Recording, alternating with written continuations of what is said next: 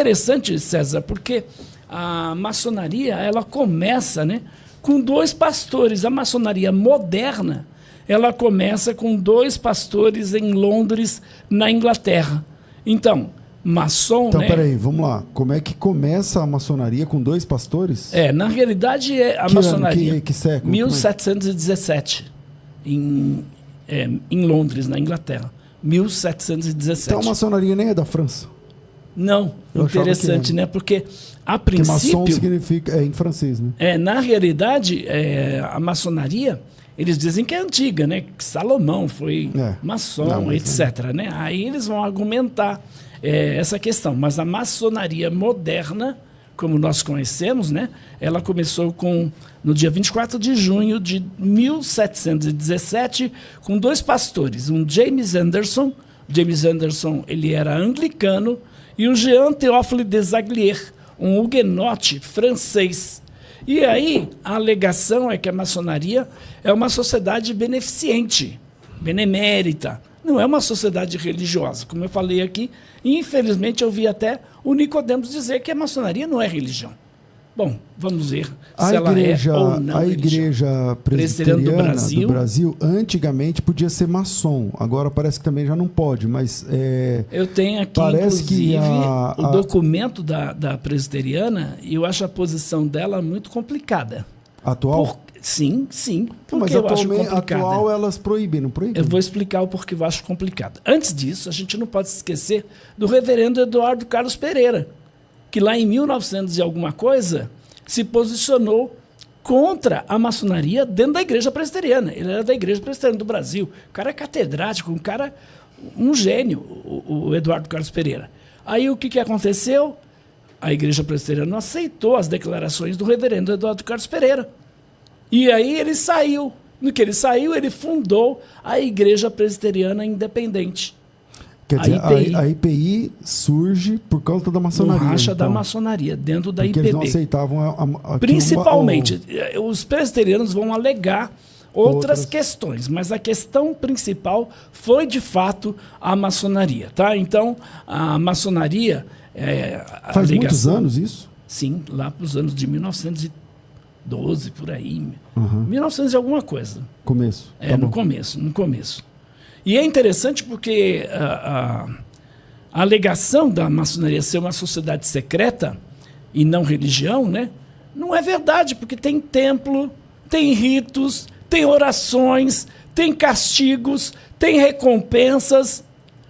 O formulário para alguém que quer entrar na maçonaria, eu tenho o formulário, ele diz o seguinte: é essencial, primordial, crer num ser supremo, crer em Deus. Então, se a pessoa diz assim, eu não creio em Deus, um ateu, por exemplo, não pode ser maçom.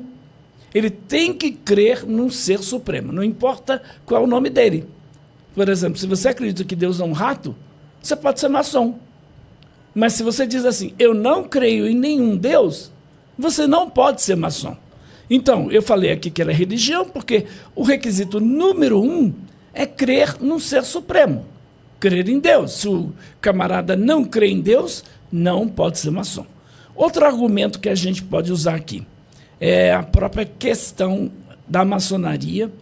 Por exemplo, falar de Deus, falar de templos, falar de ritos, falar de orações, falar do volume do conhecimento sagrado. O Brasil é um país chamado cristão. Então, no Brasil, o volume do conhecimento sagrado da maçonaria é a Bíblia. Mas se você vai para um país budista, é o Tripitaka. Se você vai para um país muçulmano... Então ele aceita o que é a maioria... É o Alcorão. Dependendo do país onde a maçonaria está. Ela está em quase todos os países do mundo. É uma influência muito grande. Então, dependendo do país onde ela está, tem um livro sagrado. Por exemplo... Principal, assim. Mas, por exemplo, se você for budista aqui no Brasil, se aqui no Brasil você é budista... Não, aí a Bíblia é porque o país é um país cristão. Aí você tem que abandonar o budismo? Não, você não vai abandonar o budismo. Porque a maçonaria é ecumênica. Então, mas se eu sou budista e quero ser maçom, eu posso continuar budista sendo maçom? Sim, budista, muçulmano, macumbeiro, o que você quiser, não tem problema. Porque a maçonaria é ecumênica. Ela diz que não é religião justamente por isso, para agregar pessoas de todas as religiões. Entendi. Entendeu? Então, é interessante porque a maçonaria, ela trabalha com o ocultismo. E aí, na maçonaria, você tem a cabala, você tem a numerologia, você tem a astrologia, você tem a mitologia. Quando você vai para Deuteronômio 4,19, a Bíblia é totalmente contra. Deuteronômio 18, verso de 9 a 12, a Bíblia é totalmente contra. Eu vou até... Na última vez que você falou sobre esse assunto aqui, Joaquim, eu recebi um direct de um irmão, eu não me lembro se ele é pastor, e eu não me lembro o nome, me perdoe, meu irmão, eu não me lembro o nome, nem se é pastor e tal, mas ele, inclusive muito educado, mandou um texto longo, e até é uma falha minha aqui, porque eu poderia ter contactado, eu estou lembrando só agora que é ao vivo. Ele tá dizendo, ele dizia assim na época, eu não vou achar aqui porque eu recebo milhares de directs todo dia, e aí ele disse assim, olha, eu sou maçom, sou do grau X, falou lá o grau, não é um grau baixo, é acima de 20, eu não lembro, e ele disse assim, olha, eu queria contestar tudo isso, eu quero mostrar outras coisas sobre maçonaria e tal, então me perdoe, eu não lembro agora o nome, mas se puder, me contacte de novo, e se o Joaquim topar, a gente pode marcar esse bate-papo e esse debate sobre esse tema. Então, já me desculpa, a culpa é minha, eu podia ter lembrado e eu não lembrei, mas estou lembrando aqui agora ao vivo. Então, você que é evangélico maçom, pastor maçom, eu quero incentivar você a estar aqui. Vem para cá defender a maçonaria, vem para cá provar para nós que a maçonaria não é uma religião. Vem para cá provar para nós que existe compatibilidade entre a fé cristã e a maçonaria. Se houver essa compatibilidade, eu sou o primeiro a aderir. Eu sou o primeiro. Ah, por quê? Porque a maçonaria dá dinheiro? E quais são as principais incompatibilidades, Joaquim? Tipo assim, por que eu, cristão, recebi um convite da maçonaria e não devo participar, não devo ir? Por quê? Fala algumas razões. Primeiro. Então, é uma religião ecumênica. Então, aceita pessoas de todas as crenças. E você continua na tua crença. Tá? Você vai adorar Gadu, que na visão deles é o grande arquiteto do universo. Que mais tarde, lá no grau 18, você vai descobrir que é Jabulon. Quem é Jabulon? Jeová dos hebreus, Baal dos cananeus e Osíris dos egípcios. Então, é uma religião ecumênica quando a Bíblia diz em Amós, capítulo 3, verso 3, andarão dois juntos se não estiverem de acordo. Então, a Bíblia condena abertamente então, o Deus da maçonaria é uma miscelânea de divindades. De divindades, isso mesmo. Certo. E qual é o uso da Bíblia? Veja que eu falei aqui no Brasil, a maçonaria utiliza-se da Bíblia. Mas qual é o uso da Bíblia? Então, a maçonaria diz que existem 3 grandes luzes, né? A Bíblia, o esquadro e o compasso. Mas como a maçonaria considera a Bíblia? Então, para a maçonaria, a Bíblia é apenas o símbolo da vontade de Deus. A Bíblia é apenas um objeto de decoração da loja. Então, aí você vai encontrar a Bíblia ao lado de livros como o Alcorão, como o Tripitaka, como os Vedas. A maçonaria interpreta a Bíblia com a Cabala. Então, o uso da Cabala é utilizado na maçonaria na interpretação da Bíblia. Então, a Cabala, todo mundo sabe que é uma interpretação oculta que os rabinos davam à Bíblia. Agora, vem a questão de quem é Deus dentro da maçonaria. Isso é extremamente importante. Então, o grande arquiteto do universo. E aí, esse Deus pode ser qualquer Deus. Tiago 2,9 é totalmente contra isso. E aí eles vão dizer, mas Salomão, né, ele era eclético. Por favor, Deus condenou o ecletismo de Salomão. Salomão adorou outros deuses e Deus não apoiou ele nessa atitude. Muito pelo contrário. E é interessante porque dentro da maçonaria a gente tem a questão de Jesus Cristo.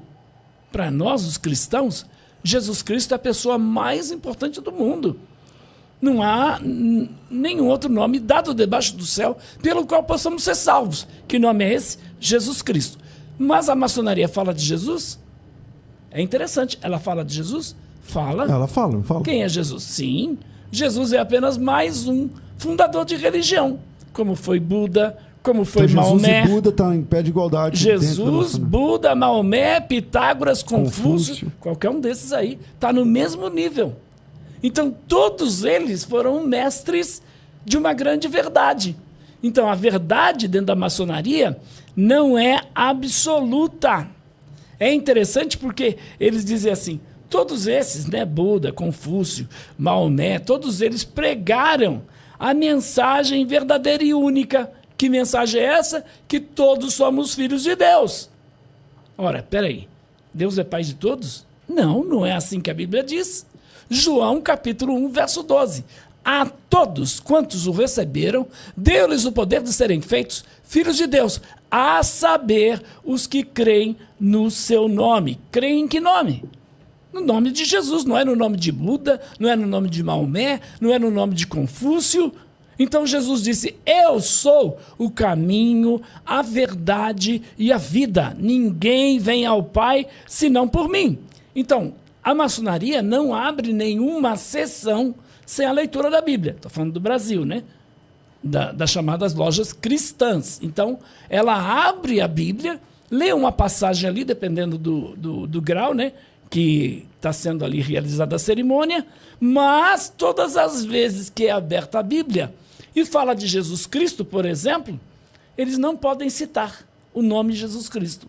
Nas orações, não pode o pastor maçom, pode falar lá em nome de Jesus, não. O pastor maçom não pode dizer que Jesus é o único caminho. O pastor maçom não pode pregar Jesus dentro da loja, porque a loja proíbe todo tipo de discussão dentro da loja. Eu falava numa então cidade... Você não pode evangelizar? Não, eu falava numa cidade chamada Feira de Santana, falava ali numa conferência do Seminário Batista, uma semana de atualização teológica. Eu não sabia, mas alguém já tinha me falado, né? Que o Deão era maçom, Deão do seminário. E eu fiz uma semana de atualização teológica falando de apologética. Aí um aluno falou para mim assim, pastor, e a maçonaria? Eu disse, a maçonaria é uma seita ocultista. Aí ele diz assim, mas qual é o problema de um cristão ser maçom? Eu apresentei os problemas. Aí, depois da minha palavra, o Deão tomou a palavra e disse assim, todo mundo aqui na cidade sabe que eu sou pastor batista, sabe que eu sou o Deão do seminário e sabe que eu sou maçom. Eu estou ali dentro da maçonaria para fazer um trabalho de evangelização aos meus irmãos maçons. Aí eu perguntei para ele, quantos maçons você já tirou da maçonaria? Ele disse, por enquanto nenhum, estou fazendo um trabalho de formiguinha lá dentro. Não é verdade, não pode falar de Jesus lá dentro. Não pode pregar Jesus. Não pode falar lá dentro, proibido. Mas, por exemplo... não, a pode falar dele como um líder religioso. Uma vez que ele tenha Você pode falar dele como uma boa pessoa, mas dizer que ele é a salvação, sim. caminho, a verdade e a vida, mas não. Uma vez que a pessoa tem esse vínculo, ele pode falar de Jesus para os amigos dele fora da loja, né? Sim, aí fora da loja, mesmo que ele fale, ele vai estar transgredindo a ordem da loja. Porque a ordem da loja não é para ele falar de Jesus para eles, é não falar. É proibido, dentro da loja, toda e qualquer discussão sobre Jesus, por exemplo. Sobre religião. Nem o muçulmano pode dizer que Maomé é um profeta de Deus, o único profeta de Deus. Que Alá é o único Deus. Não pode, porque a religião é ecumênica. Entendi. Então, a religião, a maçonaria, proíbe toda e qualquer discussão religiosa dentro da loja. Agora, se você tem um amigo e você é maçom e seu amigo também e quer falar para ele, aí é outra história. Mas mesmo assim você está impondo a sua religião, porque eles proíbem, tá? Bom, vou abrir dentro das atividades. Se você quiser mandar a sua pergunta, pode ser por vídeo. Agora a gente também tem o por vídeo, né? Também pode ser áudio. Manda a sua pergunta para cá, WhatsApp 974174129. 974174129. Manda pra gente aqui e a gente vai colocar ao vivo. Volta aqui com você, Joaquim. Então, a gente falou sobre Jesus, né? Jesus é o verdadeiro Deus, Jesus é verdadeiro homem, 100% Deus. Então Jesus nos ensinou que deveríamos orar em seu nome, como está lá em João 14, 13 e 14. A maçonaria, ela se envergonha do nome de Jesus. enquanto Jesus mandou a gente pregar o evangelho a todas as pessoas. E disse que se alguém se envergonhar dele, o que ele vai fazer? Ele vai se envergonhar também de tal pessoa. A maçonaria, ela tem uma ceia mística, que é realizada sempre na quinta-feira da Semana Santa. Quem participa dessa ceia? Os chamados irmãos do 18º grau ao 33º grau. Como é a forma aí da realização desta ceia? Então são proferidas algumas palavras, como por exemplo, comei e dai de comer a quem tem fome, bebei e dai de beber a quem tem sede. Bom, isso é totalmente contrário ao que a gente encontra em 1 Coríntios, capítulo 11, verso 23 a 26. Mateus 26, verso 26 a 28. Em outras palavras, a maçonaria apregoa uma salvação por intermédio das obras. Esta é a grande verdade. E nós sabemos, conforme Efésios capítulo 2, de 8 a 10, porque pela graça sois salvos por meio da fé. Isto não vem de vós, é dom de Deus, não vem das obras para que ninguém se glorie. Aí eu te pergunto, porque a maçonaria pregou uma salvação pelas obras. Agora vamos imaginar o pastor da igreja evangélica, Assembleia, da igreja Betesda lá, o pastor da igreja Betesda.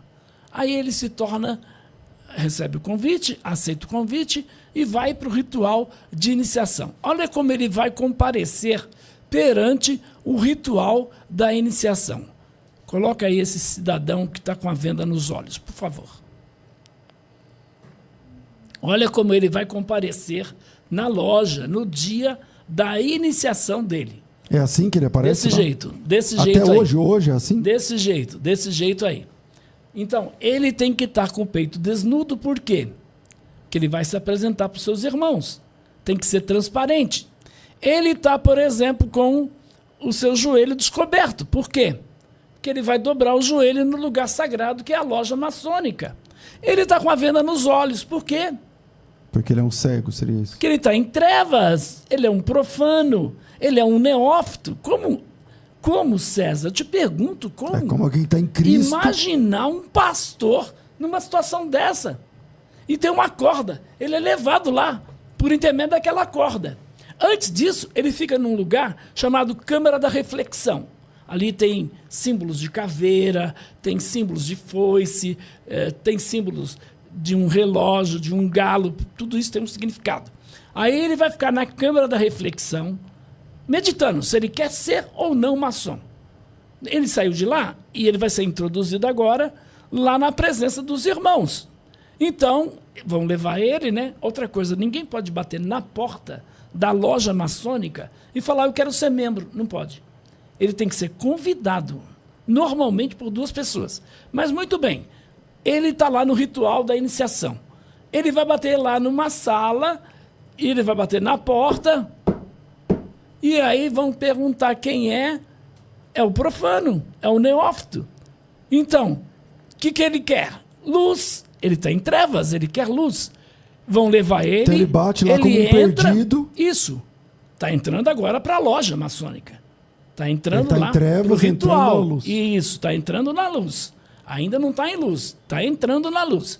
Então, quando entram com ele, imagina ele pastor. Quando ele entra. Não combina. Quando ele entra, César. O cara prega domingo lá sobre Jesus, a luz do mundo. Ele é a luz, quem segue ele não anda em trevas. Aí, quarta-feira ele veste essa roupa, ele fica assim e vai lá. Eu já debati com muitos pastores maçons. Eu estou em trevas. Pelo amor de Deus. Eu já debati com muitos pastores maçons, César. Sabe o que ele vai dizer? Tudo isso é simbólico, isso não é literal. Tudo isso é simbólico. Mas vamos imaginar, o pastor agora, ele está nesse ritual de iniciação. Aí vão tirar a venda dos olhos dele e vão gritar os maçons, Fiat Lux! Ou seja, haja luz. Agora ele tem a luz. E o que vai acontecer? Ele vai fazer o juramento. Agora é que vem o problema. Ele, então, está ali, ajoelhado, uma mão no esquadro no compasso, outra mão na Bíblia. Claro. Os maçons vêm com as suas espadas desembainhadas no peito dele. E ele vai fazer o juramento. Agora, veja, este pastor que é chamado de profano, Então tem um uso de um avental, que significa o quê? Pureza de vida, conduta, de coração, de consciência. E existe até um patrono dentro da maçonaria. São João o Batista, São João da Escócia, São João o Evangelista, João Marcos. Peraí, isso é idolatria, um patrono dentro da maçonaria? Aí agora ele vai fazer o juramento. Eu, César Cavalcante, juro e prometo de minha livre vontade, pela minha honra e pela minha fé, nunca revelar qualquer dos mistérios da maçonaria. Se violar esse juramento, que me seja arrancada a língua, o pescoço cortado, sendo declarado sacrilégio para com Deus e desonrado para com os homens. Ah, isso é simbólico. Peraí, meu irmão. Nem simbólico você pode fazer esse tipo de juramento. A Bíblia é contra. Qualquer tipo de juramento é proibido por Jesus, Mateus 5,30. E aí você tem Tiago 5,12. É interessante porque o nosso corpo é templo do Espírito Santo, pertence a Deus. Então, se o teu corpo pertence a Deus e não pode ser entregue aí a uma sociedade secreta que tem caráter mundano.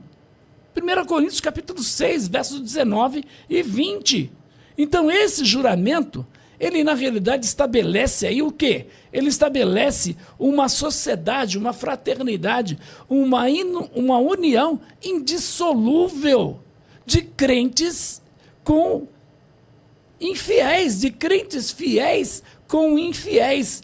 Então, até mesmo o Antigo Testamento já proibia de fazerem promessas de guardar segredos, né? Segredos que ainda se ignora. É interessante porque quando você recebe a proposta da loja maçônica, lá na proposta você já diz que se for admitido, lá você já faz esse juramento, que se você for admitido, você não vai revelar os segredos que você vai aprender ali.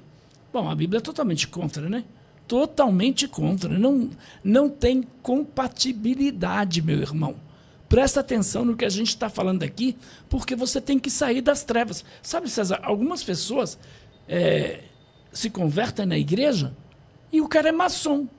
E ele continua, porque ninguém disse dessa incompatibilidade dele com a maçonaria. Ninguém disse da fé maçônica com a fé cristã. Peraí, mas o cara... Peraí. Não é criança, né? Novo convertido, César. Não esquece. Não. Tudo bem. Novo convertido, César. Mas não é criança. Se ele teve Jesus como Salvador, não precisa do apologista vir aqui. Mas César, dentro da maçonaria é ensinado para ele que aquilo não é religião. Mas ele ainda não entrou. Então, quando ele está lá como candidato... Estamos falando de alguém que é maçom e se converte na tua igreja. Ah, tá. Então, por exemplo, se o cara já é maçom, se converte, é verdade. No discipulado, alguém vai explicar para ele sobre maçonaria? Ah, dificilmente, né? Dificilmente. E ele está lá como maçom. Não é um tema muito Entende? comum. E às vezes se torna até pastor acreditando que não tem nenhum problema. É um absurdo, eu acho, né?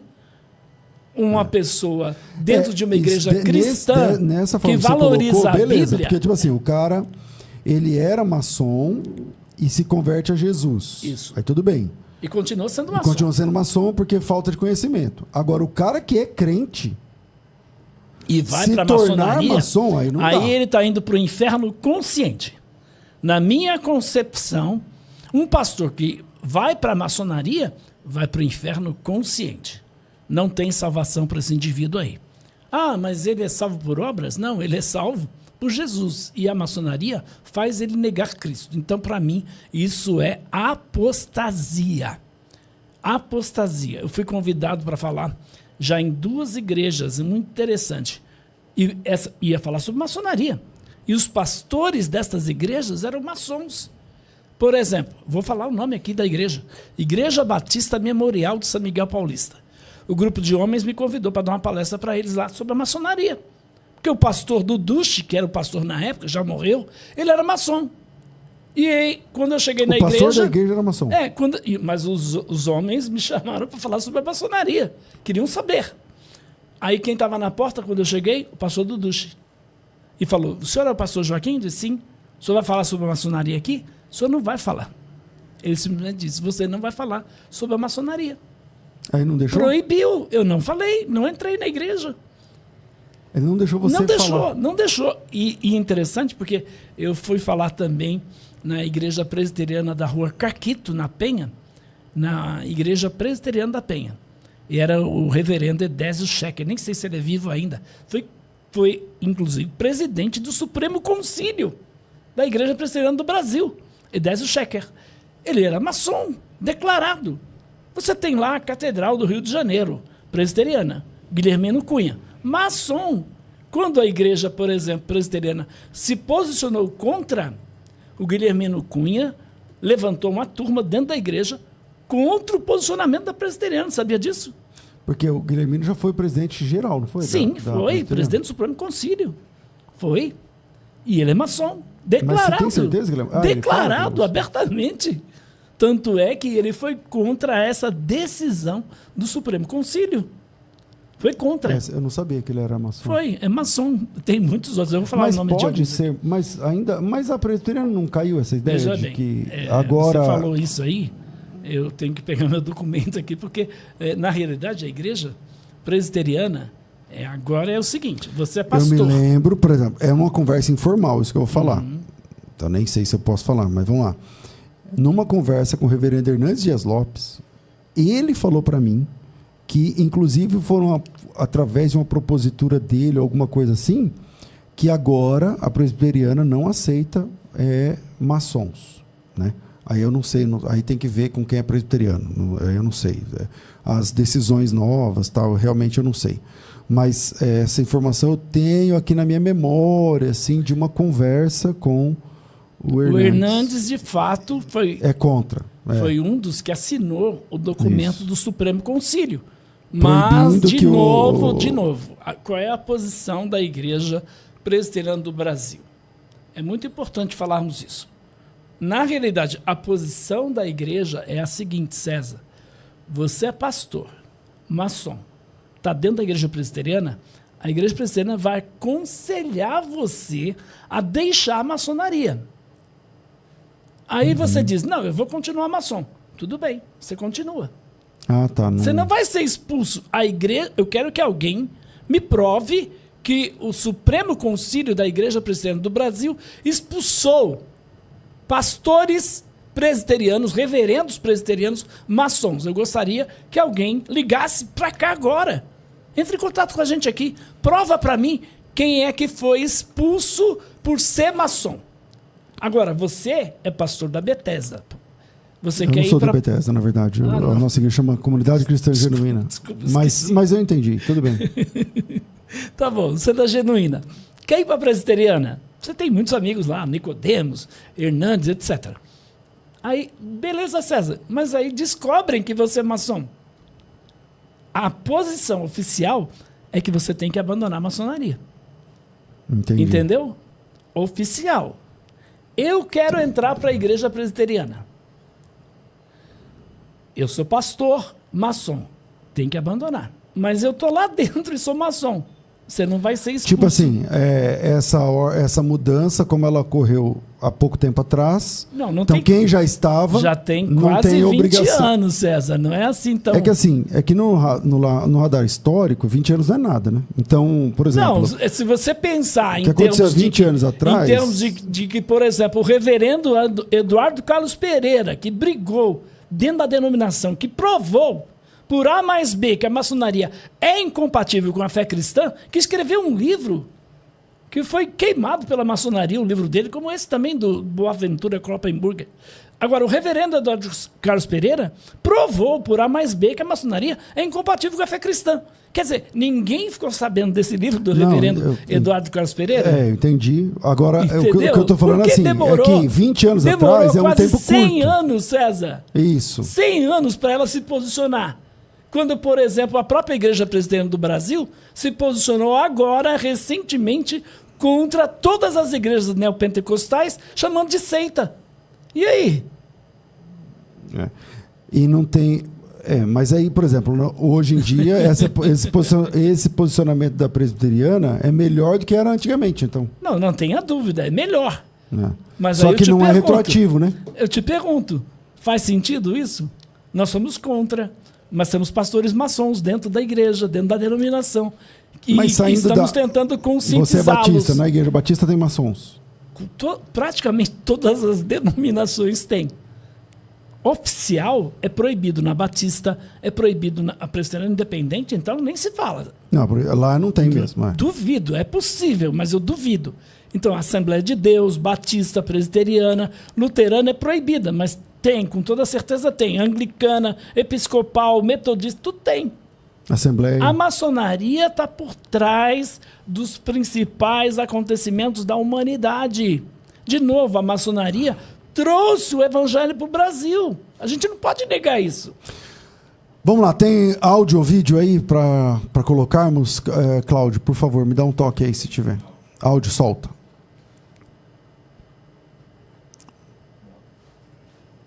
A paz, pastor César, pastor Joaquim, Tiago de Campo Grande, Mato Grosso do Sul. Pastor, a minha pergunta é a seguinte: como o pastor Joaquim conseguiu ou adquire todos esses materiais? Como que é a fonte, como que é a forma da pesquisa que ele faz a respeito dessas informações? São pessoas que já estiveram lá, ele já fez parte da maçonaria. Como que ele adquire esses materiais? E outra, meu pastor, lembra da minha petição aí que eu fiz para o senhor aí no WhatsApp? Não esquece de mim não, meu pastor. Paz do Senhor Jesus. Bom, vou pedir para você renovar lá no WhatsApp, porque eu não vou lembrar agora de memória. Mas obrigado, meu irmão. Deus abençoe. Pastor Joaquim, como é que onde é que você arruma esse material, meu irmão? Então, eu dei uma entrevista num canal do nosso amigo Tassos Licurgo, e ele me entrevistou sobre a maçonaria também ali. Aí alguém disse assim: você nunca foi maçom, não tem autoridade para falar sobre maçonaria. Bom, a gente pode falar sobre droga? Podemos. Pode falar sobre o que quiser. Tem que provar, tem que provar. Para falar sobre homossexualismo, tem que ser homossexual? Não, é que agora está nessa moda de o lugar de fala. Você não tem lugar de fala. Não faz sentido. Não tem nada a ver. Por exemplo, eu estava na segunda igreja presbiteriana. Mas a pergunta dele é onde é que você arrumou o material? Vou responder. Eu estava na segunda igreja presbiteriana de Fortaleza. Aí terminou a minha palestra, né? A gente foi para o salão dos jovens. Aí uma senhora perguntou: o que o senhor acha da maçonaria? Eu estava no meio presbiteriano, sabia que o pastor era maçom, muita gente maçom ali, segunda igreja de Fortaleza. Aí eu disse: irmão, não posso falar aqui. O senhor foi coagido a não falar? Aí eu perguntei para o pastor que me convidou, que é o segundo pastor, ele falou: pode falar. Eu falei: tinha um senhor lá de 70 anos. 70 anos. Ele falou: minha vida inteira, meu pai era maçom presbiteriano. Eu fui pastor presbiteriano maçom, abandonei a maçonaria. Graças a Deus o senhor veio aqui falar essas verdades, porque eu nunca pude falar isso aqui. Então, veja, por exemplo, eu não preciso, né, ser maçom para poder falar sobre a maçonaria. Deus me deu, do 1º grau até o 33º grau, todas essas monografias. Na época do ICP, lá na Barão de Itapetininga, o ICP era ali, né? Estava lá andando na Barão de Itapetininga, vi um carrinho desses carroceiros, pessoal que pega papel na rua. Sim, sim. E vi todas essas monografias no carrinho dele. Sério, cara? Todas. Aí eu falei: eu quero comprar essas revistas. Aí ele disse assim: quanto você vai me dar? R$50 eu dei para ele. Caramba. O cara ficou super feliz. Imagina eu. Você comprou tudo por 50? Comprei tudo por R$50. Que legal, Você demoraria pelo menos aí... você não acha. Uns depois, 30 anos. Não acha. Não acha. Está bem conservado, né, Joaquim? Que legal. Eu tenho. Aí esses rabiscos aqui já você que fazendo, você estudou, né? Estudando. Então, na realidade, é assim. Eu tenho as monografias. Monografias são documentos da própria maçonaria, tá? Isso aí não é livros que vende aí na Siciliano, na Saraiva, não. Porque os maçons não aceitam alguém que faz uma declaração, por exemplo, de um maçom que escreveu um livro sobre a maçonaria. Aí dizem: não tem autoridade. Mas esse material é da própria maçonaria. Então, eu falo com autoridade. Minhas pesquisas são feitas em cima disso. O Joaquim não fala como os escribas e fariseus, mas fala como quem tem autoridade. Alguém até disse assim: você pode passar esse material para mim? Claro que não. Estão pedindo para mostrar, tá aí. Claro ó. que não. Tá aí. Joaquim, você deve ter produzido muito material a partir disso aqui, né? Então. Sim, porque na nossa época é a época das apostilas e tal. Você deve ter produzido muito material com sobre toda isso. certeza. Eu quero escrever um livro. Falta tempo, mas eu quero. Falando da maçonaria. Vamos lá. Tem mais perguntas, pessoal, sobre isso? Vamos embora lá? Antes da pergunta, é o seguinte. O pessoal sempre falou do pastor do bispo Samuel Ferreira, do Manuel Ferreira, do Edir Macedo, sei lá. Malafaia. Recentemente, o pastor... Inclusive, se você entrar na internet aí, César... Recentemente, o pastor Carlos Cardoso foi no programa lá do bispo Samuel Ferreira e o bispo falou para ele ao vivo, falou, você sempre falou que eu sou maçom, não sei o que, eu não sou maçom não, tal. Eu nunca desconfiei que o bispo Samuel fosse maçom. Eu não sou o melhor amigo do bispo Samuel Ferreira, mas temos amizade há muitos anos, uns 20 anos. Não acho que ele é um maçom, não sei porque as pessoas falam isso. Mas ele teve a oportunidade de falar isso ao vivo, você deve ter visto. Inclusive, o pastor Carlos Cardoso vai participar do debate aqui, acho que depois de amanhã. São 2 dias sobre pré e pós. Depois de amanhã tem debate especial aqui. E tem muito também folclore, né, Joaquim, nesse negócio, né? Sim. Porque, por exemplo, fulano é maçom, não sei o que, não tem prova nenhuma, não é e tal. Tem muita coisa que o pessoal fala sem saber também. Você quer que eu fale o nome né? de alguns pastores famosos maçons? Mas se você tiver prova, porque tenho depois prova, eles tenho prova. Pode ser que eles não gostem dessa ideia. Maciel, por exemplo, Isaías Maciel. Tá a prova aí. Mostra aquele senhor que está todo paramentado. Mostra o texto. Mostra a foto aqui. Porque contra fotos não há argumentos. Não. Quem é esse aí? Esse aí é um outro lá de Goiás. Olha o Fanini aí, ó. Esse aí é o Nilson do Amaral Fanini. Pastor Batista. Pastor Fanini. Olha ele aí, ó. Isaías Maciel. Esse é pastor? É. Ele pastor. É da onde? Do Rio de Janeiro. Do Rio de Janeiro. Foi senador, inclusive, se eu não me engano. Mas ele é de qual igreja? Não sei, agora eu não sei a igreja dele. Mas a gente tem vários outros. João Campos, deputado. Tem o Kessler, também tudo da Assembleia de Deus de Madureira. Tem vários, infelizmente vários. Aquele que foi preso lá, o Cunha. O Cunha. Eduardo Cunha. Isso. Ele é maçom? É maçom. Eu não sei se ele é assembleiano, não. Acho que ele não é assembleiano. Não sei se ele é assembleiano. É. Acho que ele virou da Madureira depois, mas ele era... Bom, não sei, acho que ele era... Não lembro. Não sei. Mas enfim. Gostou desse vídeo? Se inscreva no canal, curta e compartilhe. Nos vemos no próximo vídeo.